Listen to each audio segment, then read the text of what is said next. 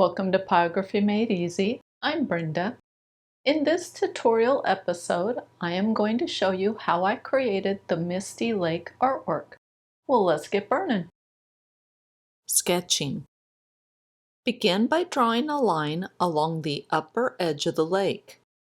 Then sketch a faint line along the upper boundary of the mist. Think of it as drawing the tops of fluffy clouds. Next, draw some vertical lines to represent tree trunks. And lastly, sketch in the upper edge of the grassy mound.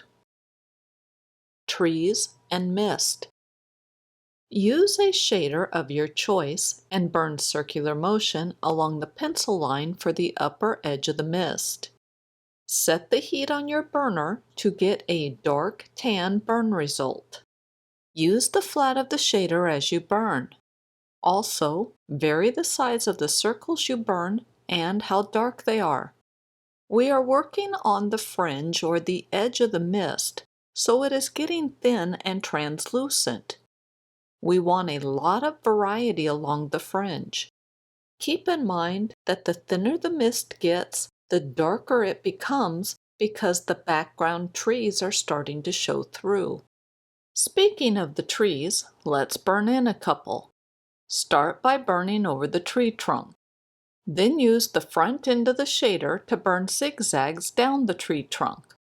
The zigzags are burned similar to how a bolt of lightning looks, but the burn strokes are burned in a more horizontal direction instead of vertical.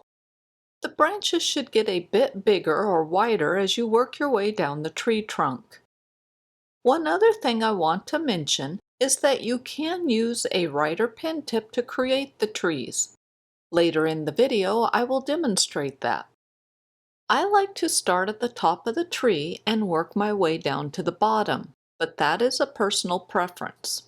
When you get to the bottom, make sure to burn carefully around the mist that we created. Along the seam where the trees end and the mist begins, I use either circular motion or really short zigzag strokes. As I stated before, the goal is to create a lot of tonal variety along the fringe of the mist. Another goal is to create very irregular shapes along the fringe. The mist is darkest along the fringe and gets lighter in color the further from the fringe you get. I used the line for the lake as my mark on where the mist was mostly white in color. As more trees get burned in, the mist is easier to see. Hopefully you are noticing the irregular edge on the mist. If you look at the reference photo, the mist does not have repeating shapes. There are little gaps here and there. Plus, there are some places where the mist thins out almost to the surface of the lake. Use the reference photo as a guideline to get the characteristics of the mist, but don't try to replicate the photo. Instead, use the photo to examine the components that make up the mist. Then, use the information from this tutorial to help you create those components. Doing this will make it much easier to put mist in your own artwork without the need for a reference photo. Let's talk some more about the trees. Obviously, the darker the tree is, the more the mist stands out. The trees are backlit, so they are very dark in the reference photo. On the upper half of the tree, I left little gaps here and there between and on the branches. With the lower portion of the tree, I darkened it up to eliminate all the gaps. This provides better contrast for the mist. I am burning over the mist right down to the line that indicates the start of the lake. I am keeping the color of the mist in the tan range. The exception is along the fringe, where it often gets into the brown tones. I use the flat of the shader as I burn circular motion. I am trying to create an assortment of irregular shapes that are lightest in color near the center of the shape. With the trees, I have my pen tip angled so that I am using the front edge to burn thin zigzag lines. The edge of flat shaders, like I'm using, have a tendency to dig down into the surface of the wood. It is important to use a very light hand pressure when using them to help prevent this from happening. I mentioned before that I allow little gaps to form between and on the branches in the upper portion of the tree. Once I get to the bottom portion of the tree, I use the flat of the shader and eliminate the gaps. Also, I make sure that the trees are dark brown to black in color to help the mist stand out. I have switched over to a Writer pen tip to create the trees. The process that we use to create them remains the same. Start the tree by burning a line for the trunk. Then burn a zigzag stroke for the branches. The branches should get wider as you approach the bottom of the tree. The zigzag stroke I am using is shaped more like a bolt of lightning instead of a zigzag sewing machine stitch. The trees made with the Writer pen tip don't look exactly like those made with the shader, but they both look good. So I highly recommend testing out different pen tips and using the one that works best for you. I left a considerable gap between the end of the trees and the start of the mist. The reason is that I find the shader is easier and quicker for filling in areas. Plus, I like the texture that the shader is creating on the mist. That said, by all means try out different pen tips. Most of the textures I've figured out happened because I was experimenting.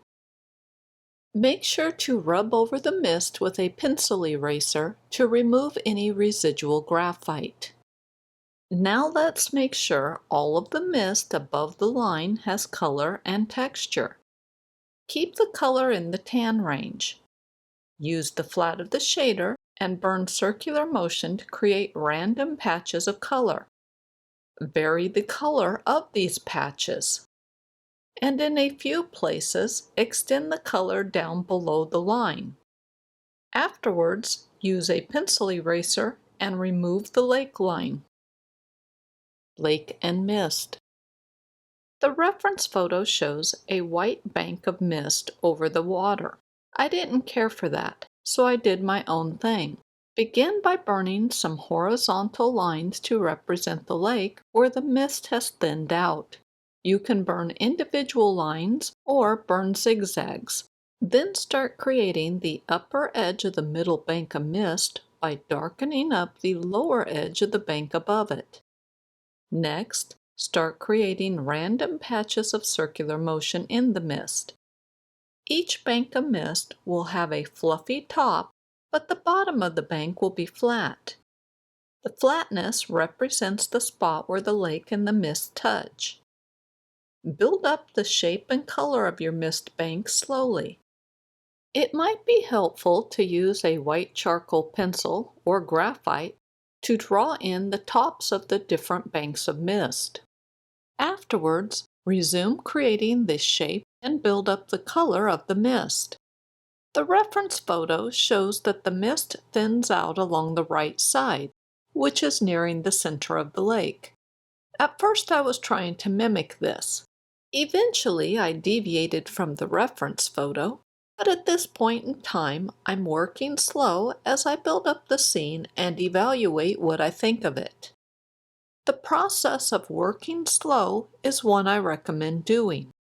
Since the color is fairly pale, it is a lot easier to make changes if you don't like the shape or placement of a mist bank.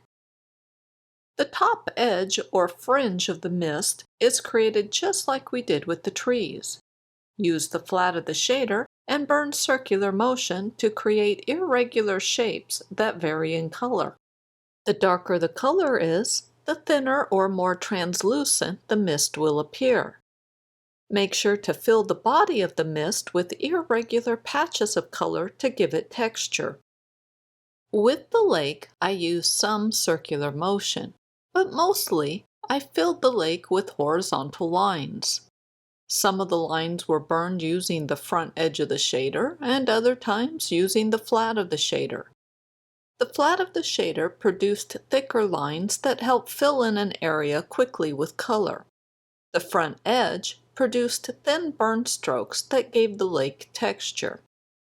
You could have uniform color on the lake, and, truth be told, that would be more realistic. Because if there was enough wind to make the water look a little choppy like my artwork is showing, then there is probably enough wind to blow the mist away. Since this is art, we don't have to worry about nitpicky little details like that.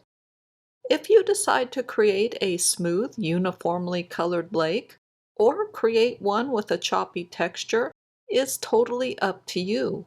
Whichever one you decide will look great in the artwork. You might have noticed that I have been burning vertically on the water. I am burning on plywood that has a vertical grain direction. Like all plywood, the surface has tiny missing slivers of wood that, when burned over, show up as white lines. The vertical burn strokes fill in those white lines better than the horizontal ones do. As I look at the video and see the water I've created, I would have to admit that I prefer the color and texture along the right side of the lake. The water between the two bands of mist is a little dark and featureless for my liking. To try and help the mist look like it was sitting on the surface of the lake, I added dark horizontal lines along the bottom of the mist. The rounded bottoms reminded me too much of clouds. Plus, I thought the rounded bottoms made it appear as though the mist was floating above the surface of the lake. The last thing I did with the lake was darken up the fringe or edge of the middle bank of mist. This was done using the same burn strokes and techniques that we used on the mist fringe bordering the trees. Grass and mist. Use a writer pen tip of your choice and burn a lot of single lines along the pencil line for the grassy mound. I am using a Colwood standard writer pen tip, but any writer pen tip will work. Erase the pencil line once you have a row of burn marks along it. Afterwards, resume adding lines to the grass. I am burning either single lines or using a vertical zigzag stroke. Make sure to vary the height of the lines, especially along the upper edge of the grassy mound. I am using the shader to darken up the area around the grass. I am primarily using circular motion, and I'm burning the area so that it is a shade or so lighter than the grass. Also, I vary the color of the burn strokes because there is some mist that is in the grass. The other burn stroke I'm using the shader for is to create vertical zigzags. I've got the shader angled so that I am using the edge of it. This produces a very thin line that is similar to the writer pen tip. Basically, I'm too lazy to burn a bunch of single lines, so I'm using the shader to speed up that process. If you do the same, make sure to use a very light hand pressure, because the razor edge of the shader has a tendency to dig into the surface of the wood. Now there are areas where I am burning a few darker single lines with the shader, but I'm not burning a lot of them. I am trying to create a small patch of thin mist on the grass. I am slowly creating the shape of the mist patch by darkening up the area around the edges of the patch. Then I add the grass texture to those darkened areas. The darker the grass is, the more contrast it will provide for the mist. On the flip side, the darker color will appear as being mist-free. At this point with the grass, I am feeling more comfortable with the process of creating it, and I'm happy with how it's starting to look. Now it is a matter of darkening up the grass and further defining the mist. The burn strokes and techniques I use for this remain the same. Single lines and/or zigzag burn strokes are used to create individual blades of grass. Circular motion is used to darken up the grass and create the mist. The burn strokes for the grass should vary in height. The color of the burn stroke should vary a little also. Use the pen tip that you like best for creating the grass. Any pen tip that can produce a thin line will work. This includes numerous shaders, writers, and even small ball tips. With the circular motion burn stroke, you can use any shader you like. Once you have created a few projects, you probably have a shader pen tip that you like best or feel most comfortable with, so by all means, use that. With the shader, what we are doing is darkening up the grass, but mostly, with my artwork anyway, I need to finish the mist. I think the majority of the mist should have some color to it. There should be very few unburned areas, and those areas should be small in size. Now keep in mind that this is just my personal opinion, and you may or may not agree with it. That's okay. I think you should personalize your artwork to your likings, not mine.